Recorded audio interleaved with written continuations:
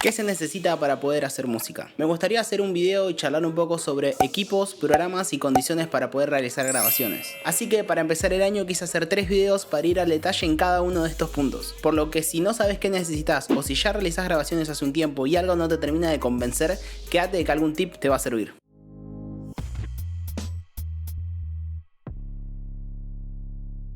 Hola, ¿cómo estás? Soy Fedestar y bienvenidos a Festido Sound. Y hoy quiero hablar un poco sobre grabación, producción y todo lo que necesitas para poder hacer música. Como dije al principio del video y para no hacerlo muy extenso, quise dividir este video en 3 partes. En el primero nos vamos a centrar en la parte de hardware, todos los aparatos, ya sea micrófonos, placas, cables, auriculares, monitores, diferencias. En el segundo vamos a ir directamente con los programas. Acá vamos a entrar con los secuenciadores, plugins y todo lo que necesitas. Y en el tercero vamos a ir directamente con las condiciones, ya que cada lugar en donde se graba es distinto, así que entender los conceptos básicos te va a ayudar a que puedas mejorar tu sonido en un 100%, estoy seguro de eso. Así que en este video vamos a centrarnos en los aparatos físicos, y para esto quiero partir de algo muy simple. La mayoría de veces, sin importar el género musical, vamos a necesitar grabar voces, y para eso vamos a necesitar sí o sí un micrófono. Pero ¿qué micrófono? De estos tenemos dinámicos, que son micrófonos así, de condensador, que son micrófonos así o así, y micrófonos de cinta, que son muchos más utilizados en estudio. Hasta ahí todo bien, pero ¿cuál se suele utilizar en estudios? La mayoría de veces vamos a contar con un micrófono de condensador, que es algo así o así. Este micrófono, que son dinámicos, hay de otros estilos, también se suelen utilizar y tienen muchísimos beneficios. Pero si vamos a hablar de relación precio y de calidad, nos vamos a ir siempre por un micrófono de condensador de diafragma grande. También existen los micrófonos de condensador de diafragma chico, pero no viene el caso. Si te interesa que profundice un poco más sobre estos temas, ya sea explicar la diferencia entre los dinámicos y los condensadores o mismo los de cinta, déjamelo saber en los comentarios y hago un video al respecto. Algo más a tener en cuenta es la conexión que tienen estos micrófonos. Tenés los tradicionales con conexión XLR3, que también se suele conocer como Canon, y también los que son directamente micrófonos con conexión USB, que son algo así. Incluso este modelo, que es el AT2020, tiene su versión USB, que es esta. Me encanta poder editar así, es buenísimo, siento que tengo poderes. Y para que más o menos se pueda entender la diferencia, el micrófono es el encargado de transformar o convertir la señal analógica, o sea, formas de onda, en digital, o sea, ceros y unos. En el caso de los micrófonos USB, directamente es el mismo micrófono que convierte. En el caso de los micrófonos tradicionales, que son estos, vamos a necesitar de una interfaz de audio, que es la encargada de hacer esa conversión, esa transformación. Y ahora, ¿qué es mejor? Como recomendación, siempre me incliné a tener un micrófono tipo XLR3, o sea, tradicional, ya que en caso de tener un micrófono USB vas a estar exigiéndole mucho al mismo. E incluso estos micrófonos suelen tener un poco de desventajas a un micrófono tradicional con una placa. Primero que nada, la monitorización en tiempo real.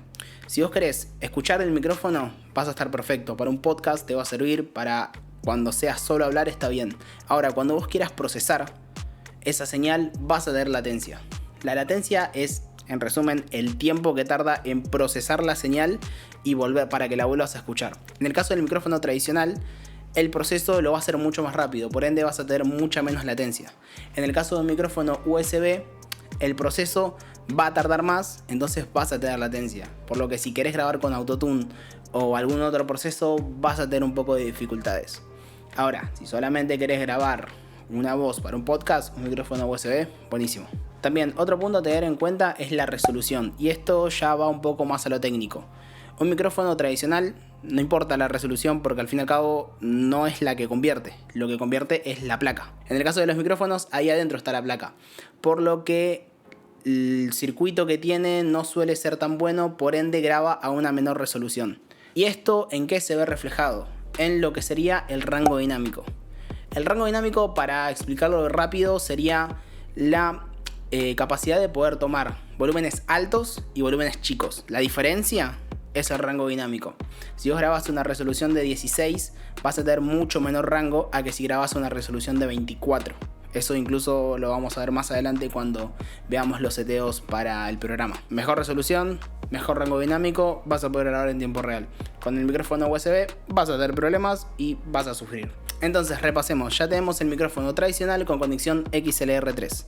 Ahora, el último parámetro a tener en cuenta es el patrón polar. ¿Y qué me refiero con esto?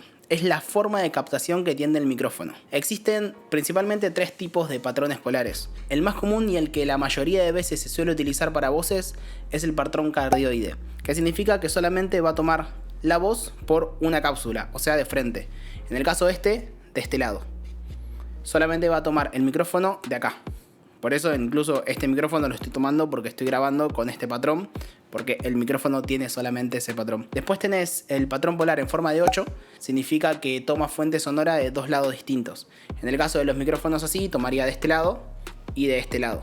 Y después tenemos los micrófonos omnidireccionales. Eso significa que van a tomar audio de todo el micrófono. Ahora, también una aclaración, ¿para qué sirven estos otros patrones? El de 8, el omni y el cardioide al fin y al cabo.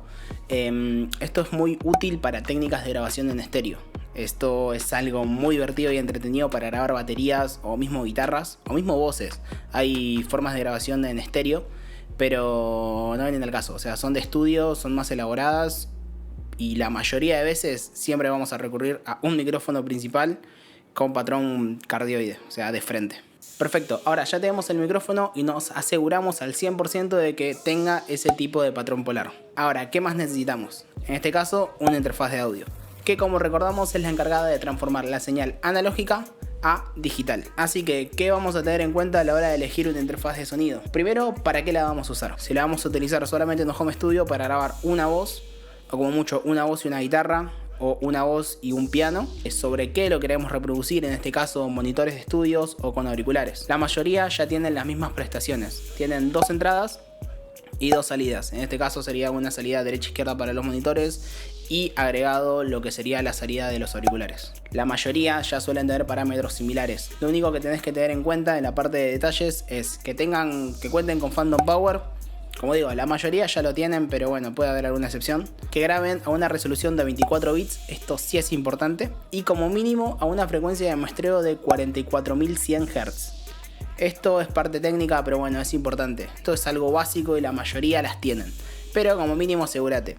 También puedes encontrar que graban a 44.100 o a 48.000 o al doble de su múltiplo, que es básicamente más calidad, pero te ocupa más espacio, no sé. Aguante grabar en 24, 44 y soy feliz.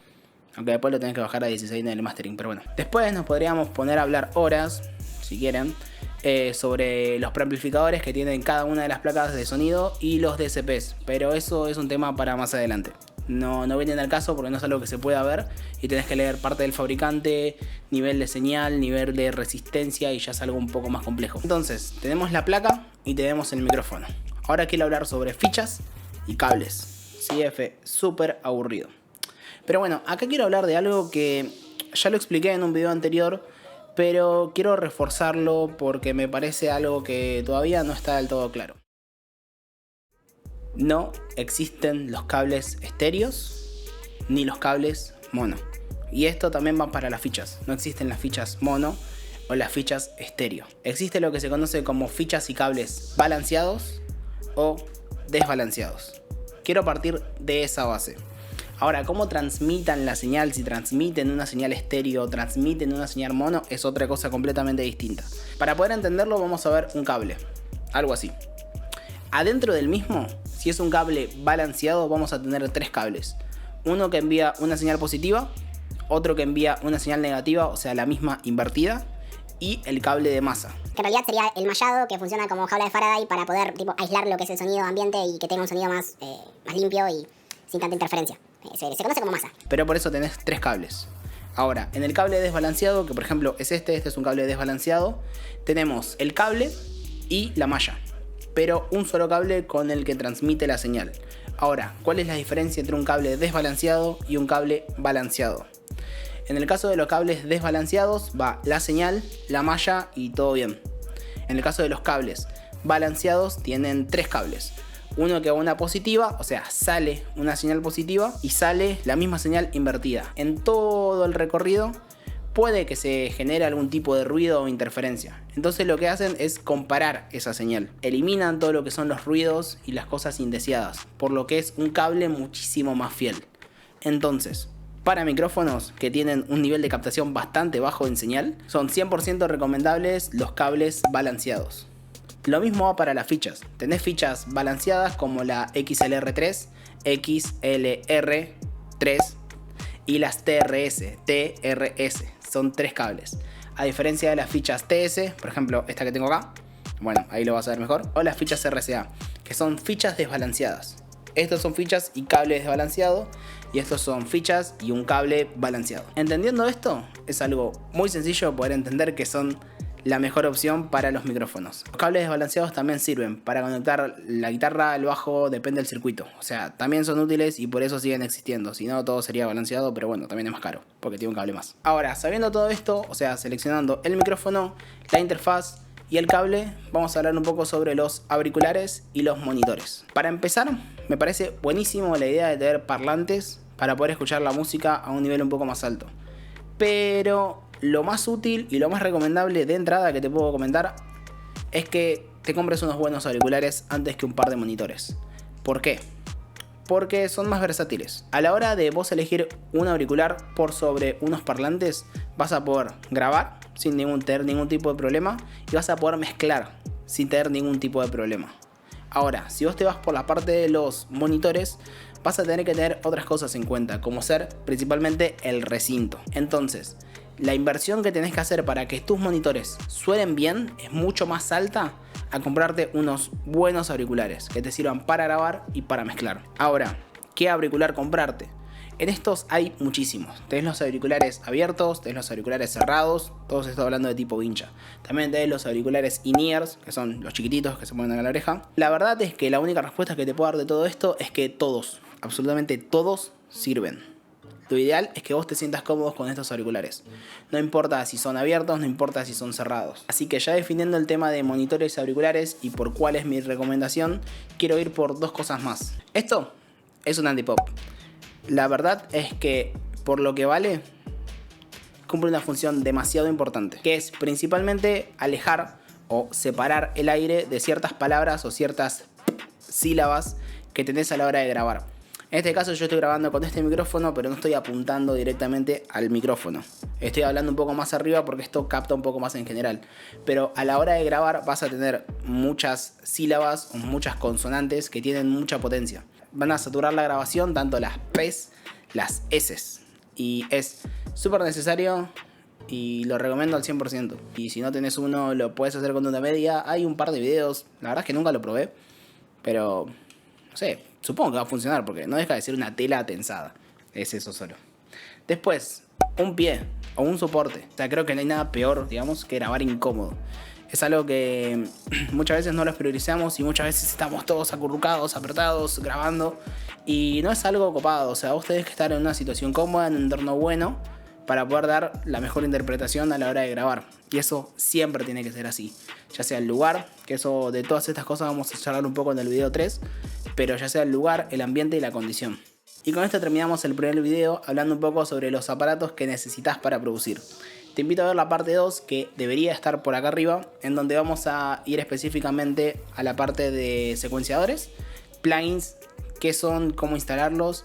Y una cosa que me gusta hablar muchísimo es la diferencia entre Windows y Mac, que siempre hay mucha cosa de decir que Windows es mejor acá, que es caro, que qué sé yo. Vamos a profundizar un poco más en el tema. Así que nada, te invito a ver el video que va a estar acá arriba. Debería estar acá. Si todavía no está es porque sos uno de los primeros que está viendo este video. Así que muchísimas gracias. Y seguramente por algún otro lado, o mismo acá, voy a dejar el video 3, que voy a hablar un poco sobre las condiciones para poder grabar, que es algo sumamente importante. Como siempre, muchísimas gracias por llegar hasta acá. Si te gustó este tipo de contenido sobre producción, grabación, dame un like, que me ayuda muchísimo a crecer con el canal. Y todas las dudas o consultas que tengas, abajo en los comentarios voy a estar leyendo todo lo que pongas. Así que nos estamos viendo en la parte 2, o nos estamos viendo en algún otro video, y muchísimas gracias. Se vuelve.